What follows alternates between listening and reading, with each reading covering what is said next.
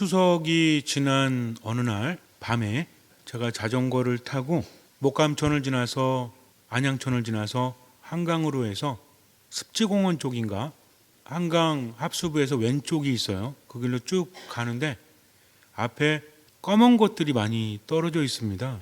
이게 뭔가 했어요. 마치 무슨 초코파이 반쪽아리가 뭉쳐져 있는 것처럼. 근데 굉장히 많은 겁니다. 이게 뭐지? 왜 이런 게 길에 깔려 있지? 너무 많아가지고 밟을 것 같은데. 그래서 땅바닥에 딱딱 붙어 있더라고요. 그래서 뭔가 궁금해서 막 달리고 있는데 갑자기 얘가 움직이는 거예요. 무슨 공포 영화도 아니고. 그래가지고 뭔가 이거 봤더니 개였어요. 개. 개 말고 개. 얘네들이 터져 있던 겁니다. 다. 자전거에 깔린 거죠. 사체들이 즐비했던 겁니다. 그 다음부터는 온몸에 소름이 돋더라고요. 피해가는 게 쉽지가 않아요. 워낙 많아가지고. 사한 애를 안 밟으려면 누굴 밟아야 돼요? 죽은 애를 밟아야 돼. 근데 이게 기분이 안 좋잖아요. 그래서 내려가지고 끌고 가는데 밟을까 봐. 얘네들이 이렇게 있다가 제가 가니까 또 움직이는 거야 막. 그걸 보니까 불현듯 예전 생각이 났습니다. 예전에도 제가 안양천을 걷고 있는데 개 한 마리가 올라오더라고요. 이렇게. 자전거 길을 벗어나서 더 올라가면 도로가 나옵니다. 얘는 뭐냐면 죽으러 가는 거예요. 죽으면 안 되잖아요. 그래서 제가 발로 냇가에 딱 빠뜨렸거든요. 천가에. 또 올라오는 거야. 제가 또 발로 툭 밀었죠. 또 올라오는 거예요. 걔는 표정이 없지만 몸짓을 보니까 짜증내는 것 같아요. 자꾸 왜 밀고 지을 리을이야. 나는 가려고 하는데 왜 자꾸만 막아? 이러는 거예요. 근데 저는 알고 있죠. 가면 어떻게 돼? 죽어요. 야, 너 죽어. 제가 말했습니다. 알아들었을까요? 또 밀었더니 또 올라오는 거야. 한 3번 그러다가 기다리고 있다가 안 되겠다 싶어서 손으로 들어가지고 멀리 던져버렸어요. 이제는 난 몰라 하고 갔습니다. 사람도 똑같은 것 같아요. 똑똑하다라고 하지만 죽을 줄도 모르고 가고 있다는 거죠. 얼마나 위험한지 아십니까? 내가 가고 있는 이 길이 무엇인가를 봐야 한다는 거죠. 사람의 삶이라는 것은 순간순간의 사건도 중요하지만 흐름이 중요합니다. 사람은 안 바뀐다고 하죠. 왜 안 바뀌어요? 흐름이 있기 때문이죠. 한번 흐름이 설정이 되면 바뀌는 건 너무나 어렵습니다. 강의 흐름을 보면요. 몇천 년 동안 또 몇만 년 동안 형성된 것은 웬만하면 바뀌지 않죠. 우리도 마찬가지예요. 오른손잡이가 또는 왼손잡이가 양손을 쓰기 위해서 노력을 합니다. 그럼 어느 정도 되죠?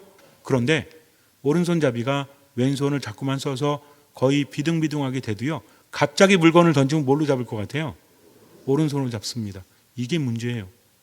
뭐가 문제냐면 나도 모르는 사이에 습성이 튀어나오기 때문입니다. 습관이 튀어나오기 때문이죠. 이것은 손과 발뿐만 아니라 표정도 그렇고요. 말도 그래요. 누구만 몰라? 자기만 모르는 거죠. 어떻게 하고 있는지를. 그러고 싶은 게 아닙니다. 저항이라는 게 있다는 거죠.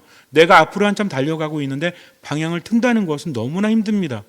더군다나 내가 의도해서 트는 게 아니라 막 달리고 있는데 달리십시오 그러다가 오른쪽으로 달리다가 뒤로 돌아. 계속 달리는 거예요. 그다음 왼쪽 그러면 어떨 것 같아요? 아유 짜증나. 걷는 거는 그래도 좀 쉬워도 달리면 속도가 있죠. 방향을 튼다는 것은 힘들어요, 안 힘들어요? 힘듭니다. 왜? 에너지가 필요하기 때문이죠. 우리 감정도 그래요. 막 화를 내다가 갑자기 멈추는 거 쉬워요, 어려워요? 어렵습니다. 더 많은 에너지가 필요하기 때문이죠. 막 짜증나고 있는데 갑자기 즐겁기가 쉬워요, 어려워요? 어려워요. 왜 어렵냐면 에너지가 많이 필요하기 때문입니다. 멈출 줄 알아야 됩니다. 방향을 틀 줄 알아야 한다는 거죠. 이래도 좋은가 생각해 봐야 합니다. 외부에서 들려오는 말이 아니라 내 안에서 들려오는 말에 귀를 기울여야 돼요. 그래야만 후회하지 않습니다. 방향을 바꾸지 않으니까 일단 멈춤을 하지 않으니까 후회하는 거죠. 잘해야 되겠다. 얼마나 많은 생각을 합니까? 이렇게 살면 안 된다. 이런 관계를 맺으면 안 된다. 그런데 또 그렇게 되고 있죠. 이거는 정말 쉽지가 않아요. 왜? 내 습성이 있으니까. 그래서 방향을 전환한다는 것은 어렵다 싶다? 너무 어렵습니다. 신앙 안에서 잘 깨달으면 삶도 변합니다. 많은 분들이 신앙과 삶을 분리하고 있지만 그렇지 않아요.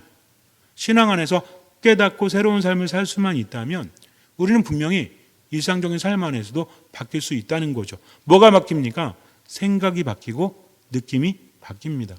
이건 놀라운 거예요. 사람이 왜 안 바뀌냐면 뭐가 안 바뀌니까? 생각이 안 바뀌니까. 또 뭐가 안 바뀌니까? 느낌이 안 바뀌니까. 이 두 가지는 사람의 삶을 좌지우지한다는 거죠. 굉장히 중요합니다. 그래서 안 바뀌는 이유는 두 가지인데 무엇 때문이다? 생각이 안 바뀌고 느낌이 안 바뀌기 때문이다. 두 가지가 바뀌면 사람의 삶은 바뀐다는 거죠. 그렇다면 과연 어떻게 살아야 될까? 내가 지금 가고 있는 이 길이 제대로 된 길인지 아니면 제대로 안 된 길인지를 알아야 한다는 거죠. 이것은 우리가 알 수 있을까요? 알 수 없을까요? 알 수 없다면 제가 이렇게 이야기하지 않겠죠. 신앙 안에서 우리에게 끊임없이 말하는 게 무엇입니까? 깨어있으란 얘기죠. 그리고 뭐 하라고 해요?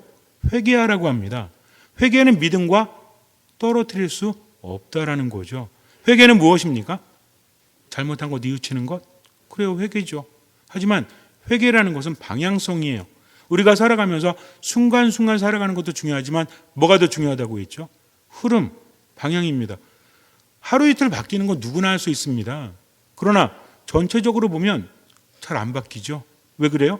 방향과 흐름이 있기 때문이다. 회개라는 것은 히라보로 메타노이아라고 하는데 히라보로 외우실 필요는 없습니다.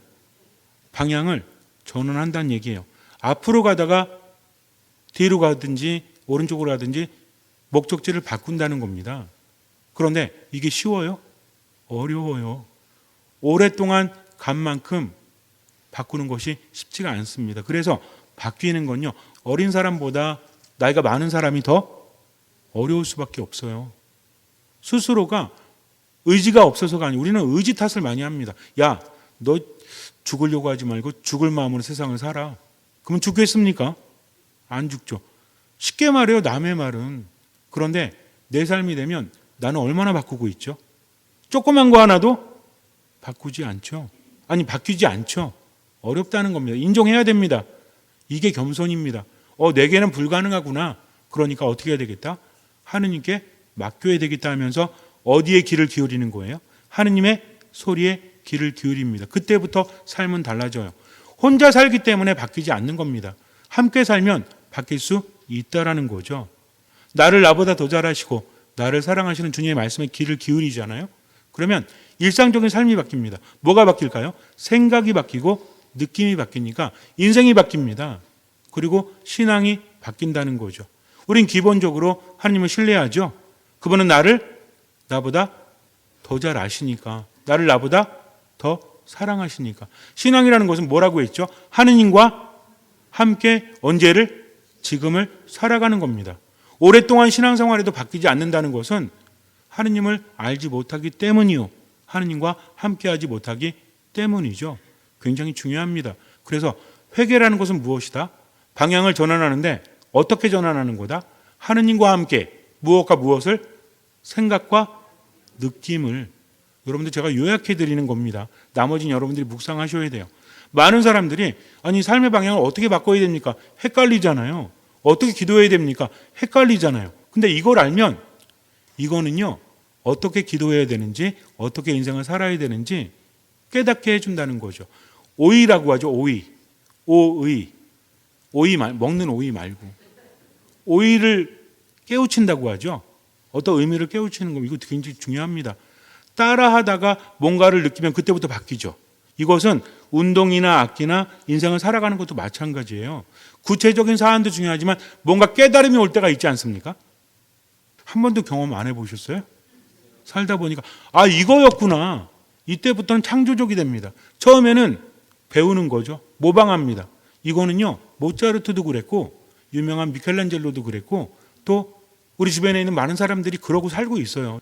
그래서 어떤 것을 배우다가 모방하다가 어느 정도 깊이에 들어가면 깨닫게 돼. 그때부터 뭐가 나옵니까? 자기 색깔이 나옵니다. 이게 진짜 예술인 거죠. 그래서 모방은 뭐의 어머니다? 창조의 어머니다란 말도 거기서 나오는 겁니다. 기가 막힌 말들이 많습니다. 깨닫게 되면요, 많은 것들 안에서 깊은 깨달음을 느끼게 되면 인생은 바뀐다는 거죠.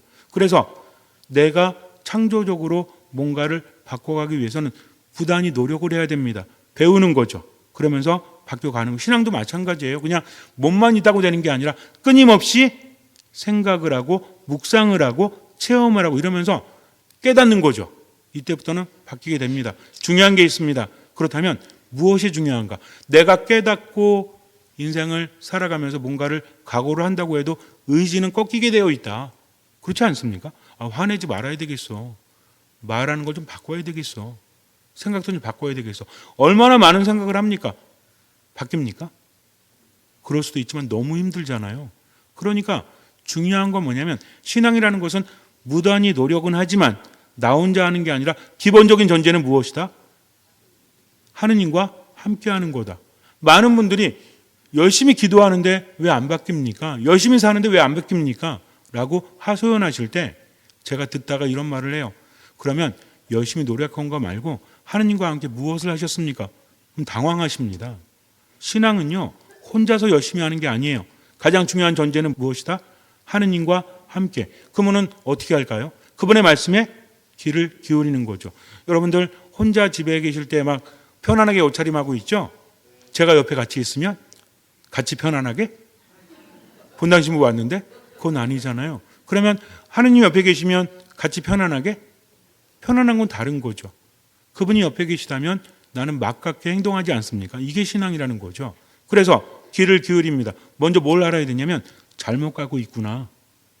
이걸 알아야 돼요. 이것은 무엇을 통해서 이루어지죠? 일반 사람들은 반성하는데 우린 뭘 합니까? 성찰을 하잖아요. 통회를 하잖아요. 그러다가 아니구나 라고 생각이 됐다면 일단 알았죠? 그 다음에 어떻게 해야 돼요? 하느님께 맡깁니다. 뭘 하라는 얘기예요? 기도하라는 얘기죠. 혼자 생각만 많이 하지 말고 기도해라. 그리고 뭐부터 바꿔라? 우리가 어딘가를 향해서 갈 때 방향을 바꿀 때 어디부터 바뀌죠? 1번 발가락, 2번 무릎, 3번 어깨, 4번 머리. 여러분 가실 때 이렇게 가세요? 이렇게? 어떻게 가세요? 어디부터? 발부터? 이렇게요? 어디부터 바뀌죠? 시선. 내가 이렇게 가다가 오른쪽 가야 되겠다면 이렇게 보죠? 그리고 바뀝니다. 뭐부터 바뀌는 거예요? 머리부터 바뀝니다. 즉, 뭐부터 바꿔라? 생각부터 바꿔라. 중요한 게 있습니다. 가는 속도 그대로 바꾸려면 절대 안 됩니다. 일단 뭐 해라? 멈춰라. 그리고 뭐 해라? 기도해라. 그러면 나를 어느 방향으로 이끄는 에너지가 줄어들게 됩니다. 그 다음에 방향 전환하는 건 쉬워요. 화내지 말아야 되겠다. 이게 쉬워요? 화나는 거 어떻게 막습니까? 화가 나는데. 그러나 화가 나다가도 이거 아닌 것 같아. 그럼 어떻게 일단 멈추고 뭐 하는 거죠? 기도하는 거죠. 그리고 하느님께 귀를 기울이는 겁니다. 그러면 저절로 겸손해집니다. 기도하지 않으니까 겸손하지 않은 거예요. 말씀을 듣지 않으니까 교만해지는 겁니다. 자기 생각대로 사는 거죠. 그런데 하느님 뜻이 무엇입니까? 제가 깨닫게 해주십시오 하면 그때부터 뭐가 발동이 되죠? 우리 안에 양심이 발동이 됩니다. 양심은 뭐라고 했죠? 은밀한 지성소. 지성소가 뭐예요? 이스라엘에 하나님의 성전이 있었죠. 그러면 사람들이 들어갈 수 있는 영역이 정해져 있습니다. 여인들의 뜰이 있고요. 이방인들의 뜰이 있고 남자만 들어갈 수 있는 곳이 있습니다. 그런데 지성소는 누가 들어갈 수 있죠? 사제만 들어갈 수 있어요. 정해진 사제만. 거기는 아무나 들어가지 못합니다. 사제는 들어가서 하느님 만나는 거죠. 거기 뭐가 모셔져 있죠? 계약의 계, 약속의 계. 아무나 들어갈 수 없죠. 대표적인 인물이 즈시죠. 즈시. 세례자 요한의 아버지 즈시. 즈카리아. 그래요. 즈카리아가 하느님께 분향을 드리다가 성소에서 지성소에서 누굴 만나죠? 천사를 만납니다. 이만큼 중요한 자리예요. 그러면 우리 안에도 지성소가 있다. 그것이 무엇이다? 신앙은 이런 겁니다.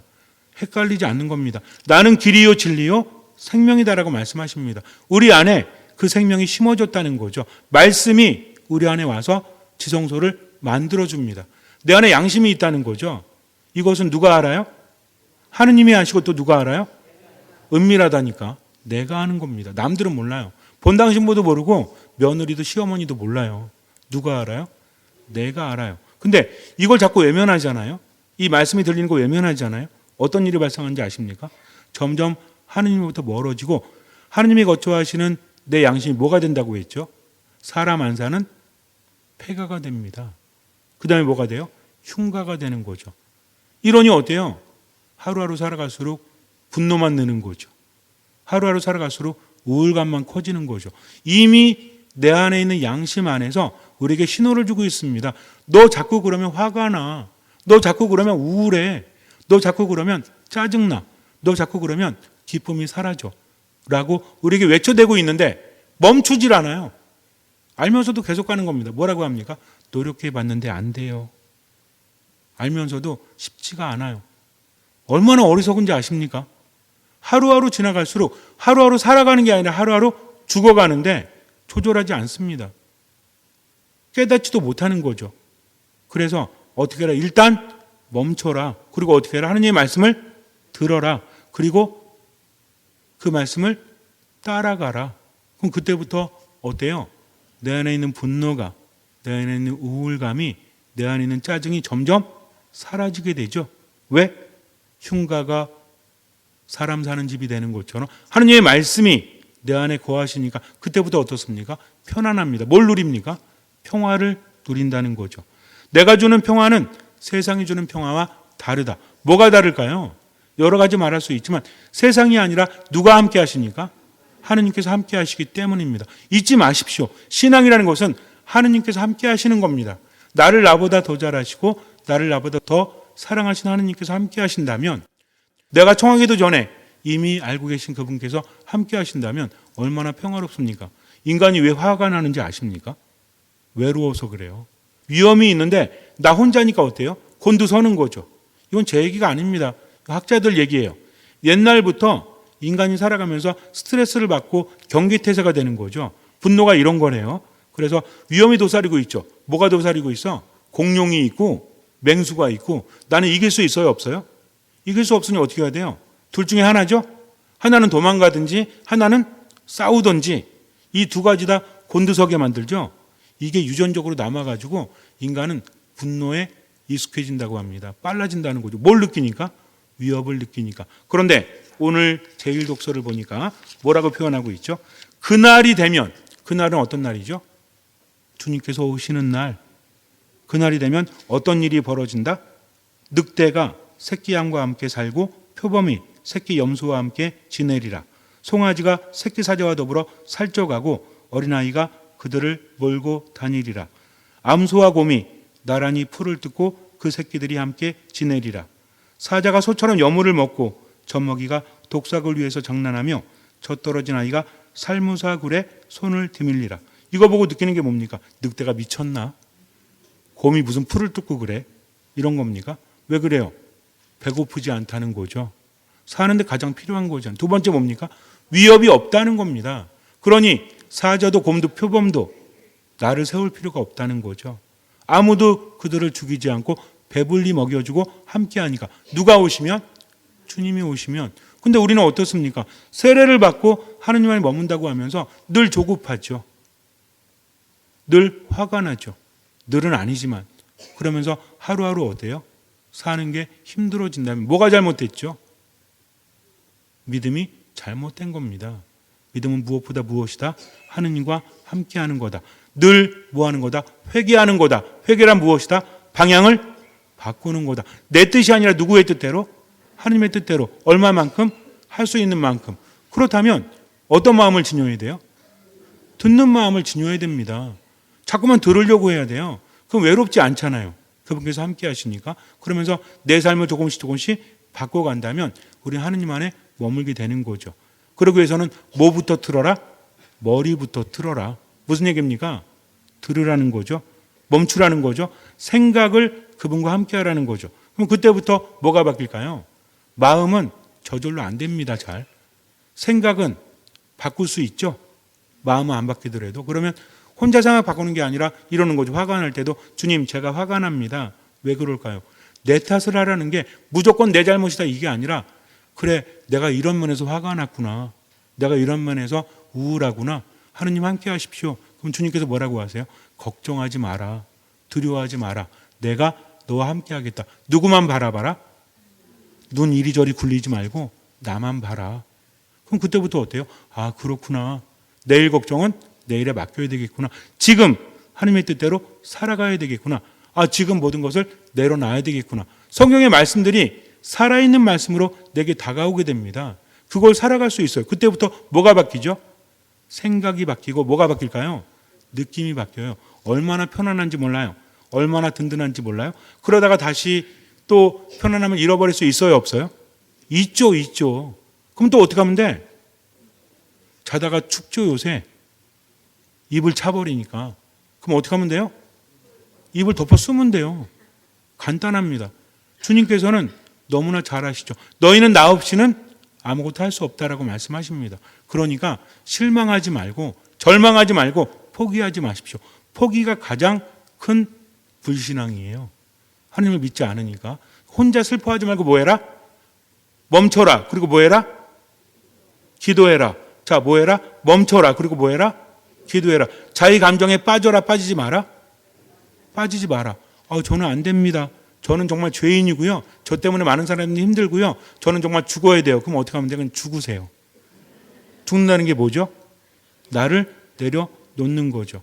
하느님 바라보고 나는 자격이 없지만 주님 함께 하겠습니다 하면서 방향을 바꾸고 어떻게 사는 거예요? 힘있게 사는 거죠. 그러면서 어떤 열매를 맺을 수 있도록? 좋은 열매를 맺을 수 있도록. 세례자 요한은 말합니다. 이미 도끼가 나무에 닿아 있다. 굉장히 중요한 겁니다. 지금 내가 그래요. 도끼가 닿아 있기 때문에 좋은 열매를 맺지 않는 나무는 모두 잘릴 것이요 영원히 꺼지지 않는 불에 태워질 겁니다. 어떻게 하면 돼요? 지금 내 상태를 보고 어떤 열매를 맺는지 알아야 되겠죠?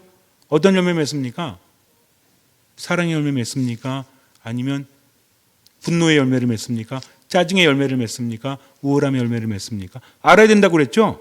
대답하지 말고 한번 생각해 보세요. 요즘에 내가 어제도 오늘도 그제도 내 삶의 흐름에서 어떤 열매가 맺어지고 있는지 마음에 떠오르죠? 그럼 어떻게 하면 돼요? 이게 좋지 않은 열매구나. 그러니까 어떻게 해야 되겠다? 좋은 열매를 맺을 수 있도록. 이건 뭡니까? 사람을 살리는 거죠. 내가 입으로 사람을 살리고 있다면, 행동으로 사람을 살리고 있다면, 가진 것으로 사람을 살리고 있다면 좋은 열매 맺고 있는 거예요. 근데 그렇지 않으면 뭐다? 짜증, 분노, 불쾌, 그 다음에 적대감. 이 중에 가장 큰 게 뭐냐면 분노하고 적대감이에요. 내 안에 분노와 적대감이 있다면 나는 외로운 거죠. 혼자 힘든 거죠. 그러니 어떻게 해야 되겠다? 하느님과 함께 해야 되겠다. 어떤 마음으로? 그래서 일단 뭐 해라? 일단 멈춰라. 일단 뭐 해라? 멈춰라. 그 다음에 뭐 해라? 기도해라. 그리고 하나님의 뜻이 뭔지 알았다면 양심을 토대로 느꼈다면 어떻게 해라? 할 수 있는 만큼 실천해라. 나머지 주님께 맡겨라. 간단합니다. 일단 뭐 해라? 부부싸움 하다가도 어떻게 해요? 화장실 좀 갔다 올게. 멈추세요. 어쨌든 멈추세요. 더 이상 가면 안 돼요. 그 다음에 어떻게 해요? 화장실 들어가서 기도해요. 주님, 제 자존심 안 상하게 그 의미 없다는 거 알게 해주십시오. 와서 미안해. 그럼 상대방이 미안할 거 왜 그랬어? 그래서 미안해. 그래서 미안해. 이 순간을 잘 버텨요. 누구와 함께? 주님과 함께. 혼자 모멸감에 떨지 말고 손바닥에다 십자포를 그으면서 미안해. 내가 미안해요. 내가 잘못했어요. 그때부터 바뀌는 겁니다. 죽지 않고 어떻게 바뀔 수 있겠습니까? 그러나 그렇게 되면 인생이 바뀌죠. 왜? 회개했기 때문입니다. 회개는 무엇이다? 방향 전환이다. 어디를 바라보는 거다? 하느님을 바라보는 거다. 머리로 먼저 바라보려고 했으니까 먼저 뭐 해라? 멈추고 기도해라. 그리고 양심을 통해서 들려오는 것이 있다면 최대한 실천해라. 그리고 좋은 열매를 맺는지 늘 뭐 해라? 성찰해라. 언제? 저녁 기도할 때, 미사할 때. 그리고 그렇게 살아가면 그때부터 하나님께서 함께 하시니 뭐가 바뀝니까? 생각이 바뀌고 느낌이 바뀌고 인생이 바뀌고 신앙이 바뀌는 겁니다. 그렇게 하지 않고 막연하게 기대감을 가지고 성당에 나와도요. 아무것도 바뀌지 않아요. 잠시 눈을 감으세요. 예수님 말씀하십니다. 나를 따라오너라. 세례자 요한도 이야기하죠. 예수님도 말씀하십니다. 하나님 나라가 가까이 왔다. 회개하라고 하십니다. 회개는 무엇입니까? 방향을 전환하는 거죠. 이대로 좋습니까? 이렇게 살면 어떻게 될까요? 하루하루 죽어가는 삶이라면 바꿔야 되지 않습니까? 나에게는 불가능합니다. 그러나 하느님께는 모든 것이 가능하죠. 일단 멈추십시오. 그리고 생각부터 바뀔 수 있도록 기도하십시오. 듣는 마음으로 그 다음에 깨달은 것이 있다면 실천하십시오. 그럴 때 기분도 바뀌게 되고 인생이 바뀝니다. 신앙이 바뀝니다. 그렇게 최선을 다하고 나머진 주님께 맡기십시오. 미사, 말씀, 기도 안에 머무십시오. 그저 지금만 살아가고 나머지 주님께 맡기십시오. 주님께서는 그 믿음을 보시고 우리 삶에 놀라운 기적을 일으켜 주실 것입니다. 아멘.